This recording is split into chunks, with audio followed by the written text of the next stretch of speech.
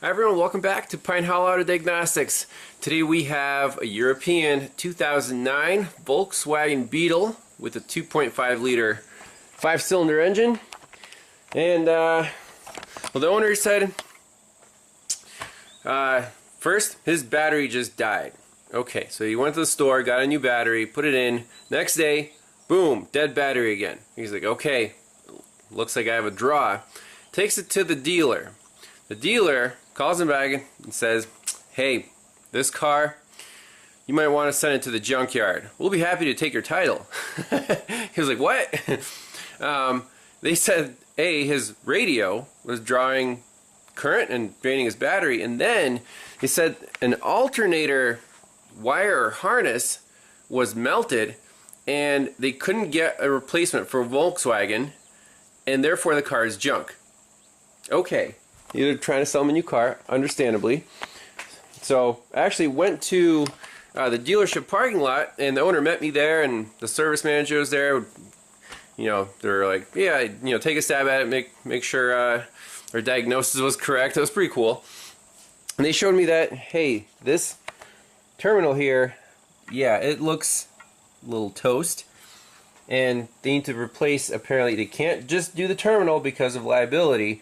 You have to replace the entire harness that goes to wherever, the alternator, and it's not available anymore, so therefore the car's junk. I'm like, okay, well, it doesn't look like a big deal. We can fix the terminal.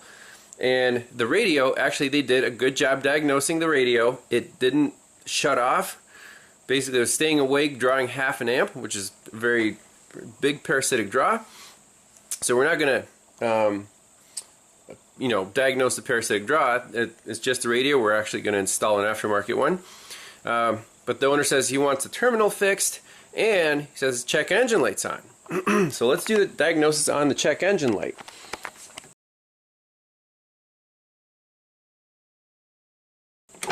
So here we have 1, 2, 3, 4 codes. Fuel trim bank 1 system 2 lean. Okay.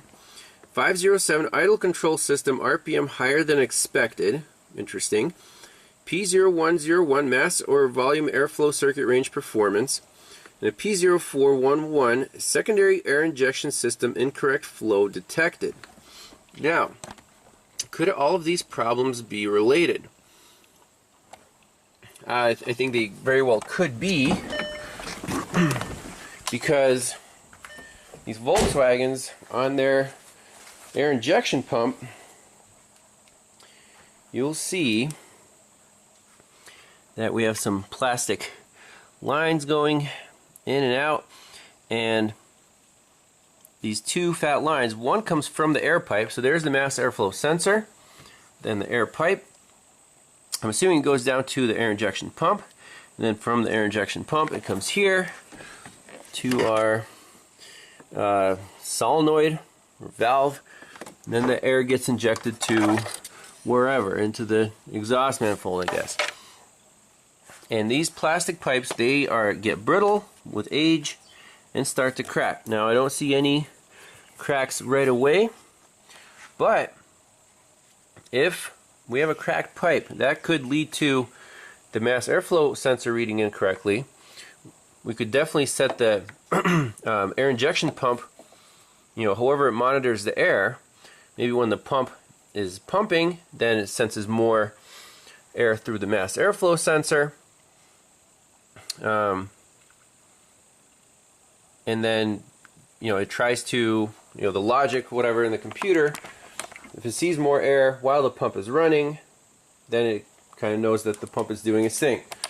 However, if one of those plastic lines is broken and the pump runs, it'll suck in, basically, you know, suck the air through here, through the mass airflow. It'll see that.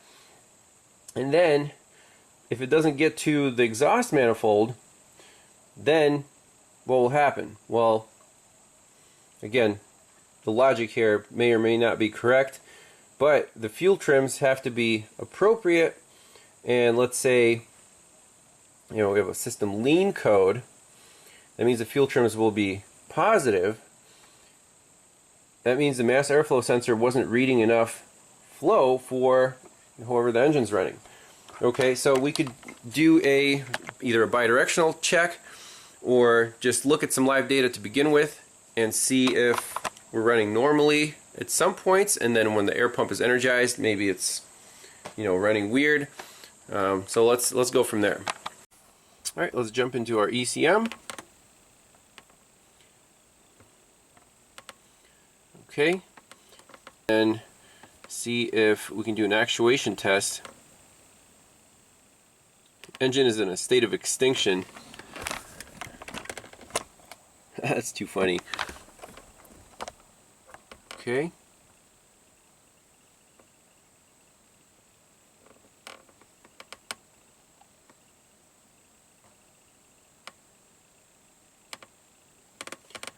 Okay, so it's going to check all of the outputs. That's the purge control valve. Secondary air injection solenoid. Okay, I heard a click there. Next, secondary air pump relay. So our secondary air pump is not running. Very interesting. So we've learned that our air injection pump does not work, but the solenoid does. So let's just go to OBD2, run it, see what if there's freeze frame, and also what the data PIDs are. Alright, here we go. So OBD2 mode, we have 1 incomplete monitor, 3 DTCs set. Let's just read the freeze frame, see which codes are stored in the freeze frame.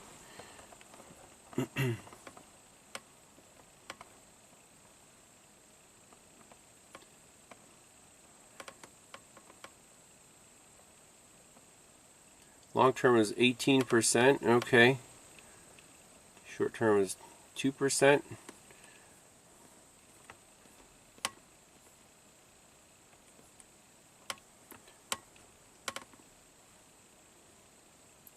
Let's just do the live data.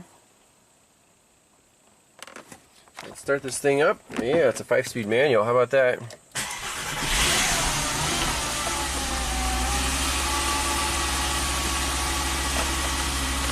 So 3 grams per second. Equivalence ratio is good. Long term is 5%. Short term is 5%. Raise the RPM a little bit.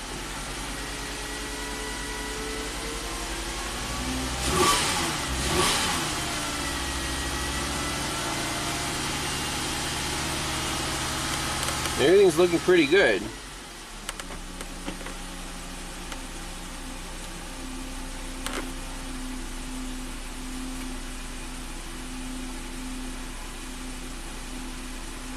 So I'm wondering if, let's say, it does command the secondary air pump to run, and the solenoid opens. So then that oxygen sensor is going to see, boom, there's oxygen, we're running lean, bump up the fuel trims, right? But the air pump is not working, so the mass airflow doesn't see more airflow. Aha! That could definitely be a scenario. So we need to do a visual inspection on this air pump. So really quick check for air tightness of these plastic pipes. So this pipe goes to our valve over there. If I blow through it,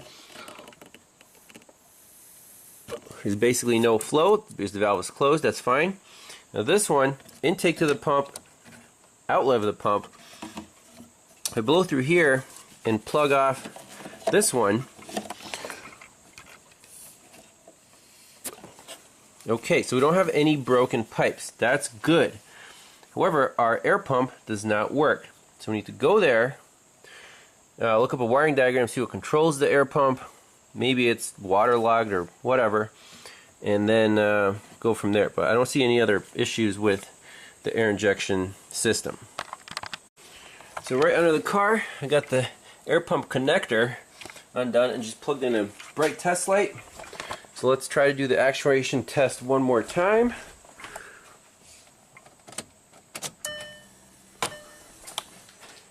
Keys on. Actuation test. Okay. secondary injection solenoid valve. That's this guy. We can actually check if it closes and opens. Yep, that works. And let's see if our light bulbs light up. Yay. So the pump is dead. That's one problem. By the way, on this air pump motor, which lives right there, unit, the resistance through the windings is infinity, so this thing is definitely shot. Needs a new one. So last check I want to do here is drain the battery a bit, turn the car on, and see how hot this terminal gets, and measure the voltage drop across that terminal. I think this will be pretty neat case study in terms of why did this melt, and why did it melt after draining the battery. So my theory is, once the battery's drained a bit, the alternator will have to work pretty hard in the beginning to charge it. So the current here from the alternator goes to everything on the car plus charging the battery. So if the battery's discharged, the alternator is working overtime, and if there's any resistance in a connection and there's massive current flowing through here, you know what's going to happen. It's going to get hot.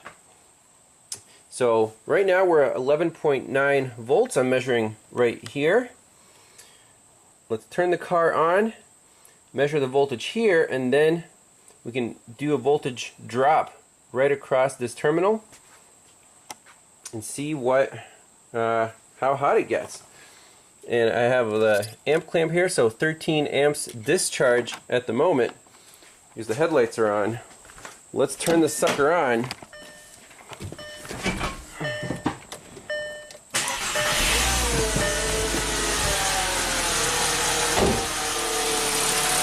We're at 13.9 and climbing. Over here we have 14.1, and the voltage drop across that terminal is a little bigger. It's not that big, only 70 millivolts. We're charging this battery at 30 amps, but the thermal camera should show, oh yeah, that is cool. That sucker is getting hot and toasty. Save this photo. Look at that. Now, is it hot to the touch? It's not burning my finger yet, but you can see it got hot enough to melt the insulation on there.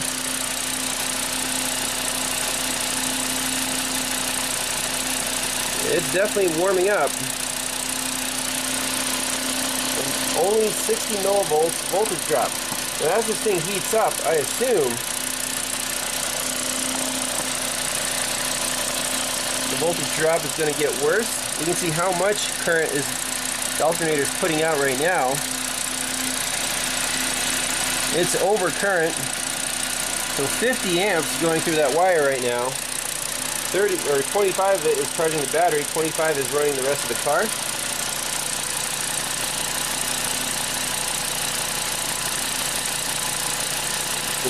Not terrible yet, about 100 degrees.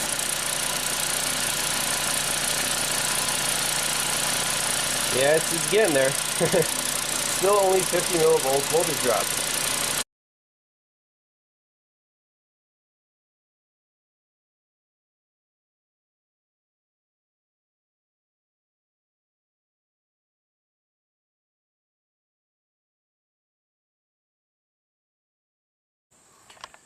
So I'm just using vice grips to uncrimp this terminal.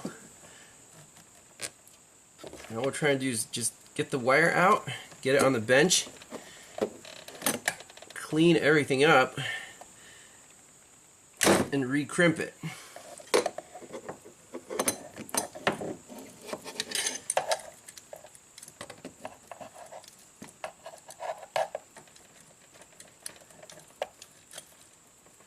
you can see most of the strands are out.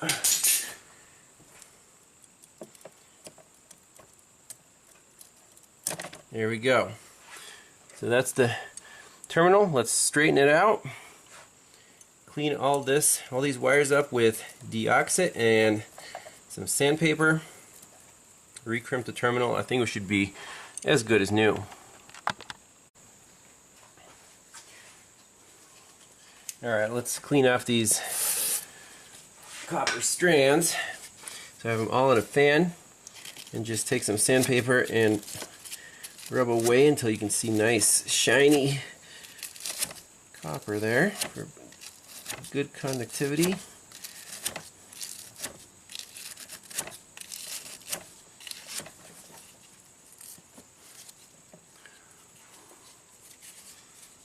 It's looking much better already. Alright, I think that's should be good enough for our purposes. So let's just group them together.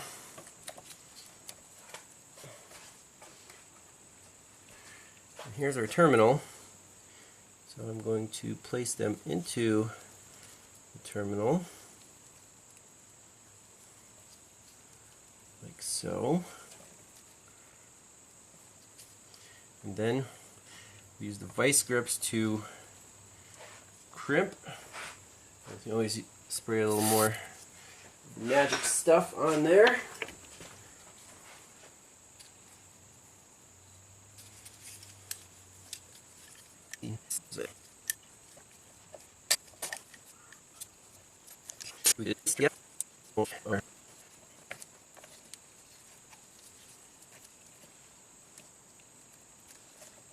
So I'm going to do that, finish this up, and then we'll redo the experiment with the voltage drop test. Alright, so terminal is securely crimped. Wrapped it with some tape. Spray this terminal with deoxit and screw it back on. Looks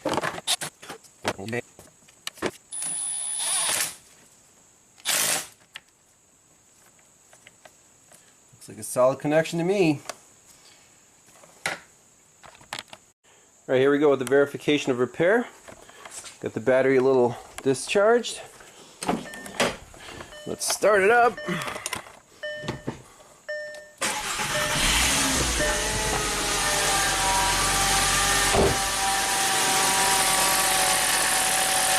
.2 volts. Let's measure the voltage drop. We got 54 amps going through that wire.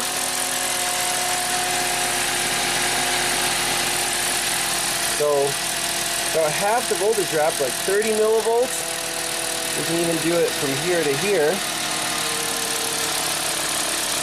5.8 millivolts, but let's repeat the measurement that we did before. So we dropped by almost 40 millivolts, and let's see on the thermal camera, night and day difference. That terminal is barely getting warm. Definitely not enough to melt the insulation, but let's run it for a bit. Make sure we're in good shape. It's a very small voltage drop now.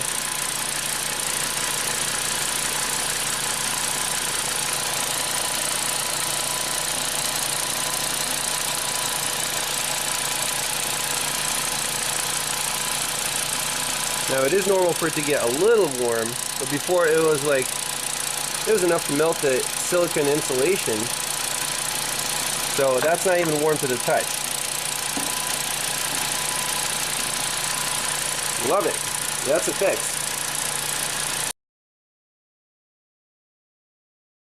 A little bonus footage with this radio here. We have a 0.94 amp draw at the moment.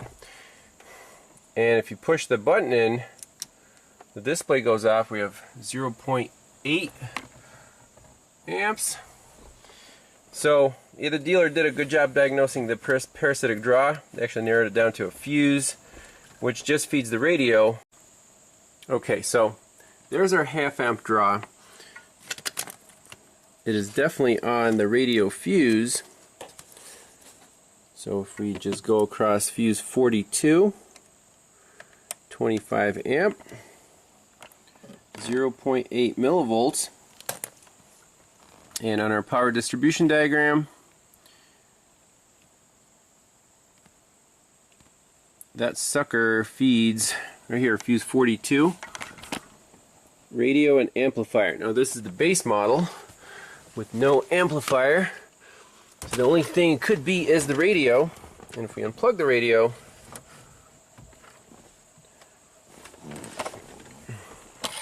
I'll just let you watch the meter.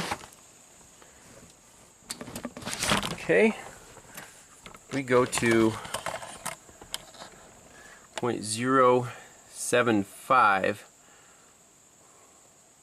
so 75 milliamps. Now I saw it drop to 20 milliamps in the parking lot, so I'm not too worried about this little draw here. Let's put in a new radio. Well, I found this little 5 amp fuse has a voltage drop across it, 0.9 millivolts, and that goes to, let's see, it's fuse 1, 2, 3, 4, 5 on the bottom. 1, 2, 3, 4, 5. It's fuse 15. And fuse 15, 5 amp, red and violet, feeds steering angle sensor, transmission control module, we don't have that. Digital clock with convertible, we don't have that. Tiptronic switch, direct shift, don't have that. Instrument cluster. Okay. I just want to pull it, see what happens. Now we're down to 15 milliamps. Interesting. Plug it back in. Our instrument cluster comes back to life.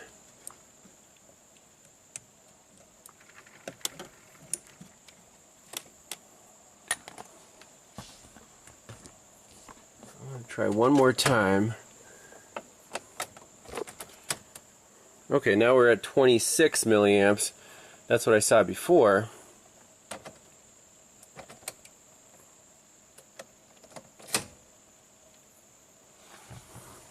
Let's see if it goes back to 26. So yes, indeed, we're back to 26 milliamps. Let's install a new radio, test it out, make sure we have no more draws. Alright, new radio installed. It works.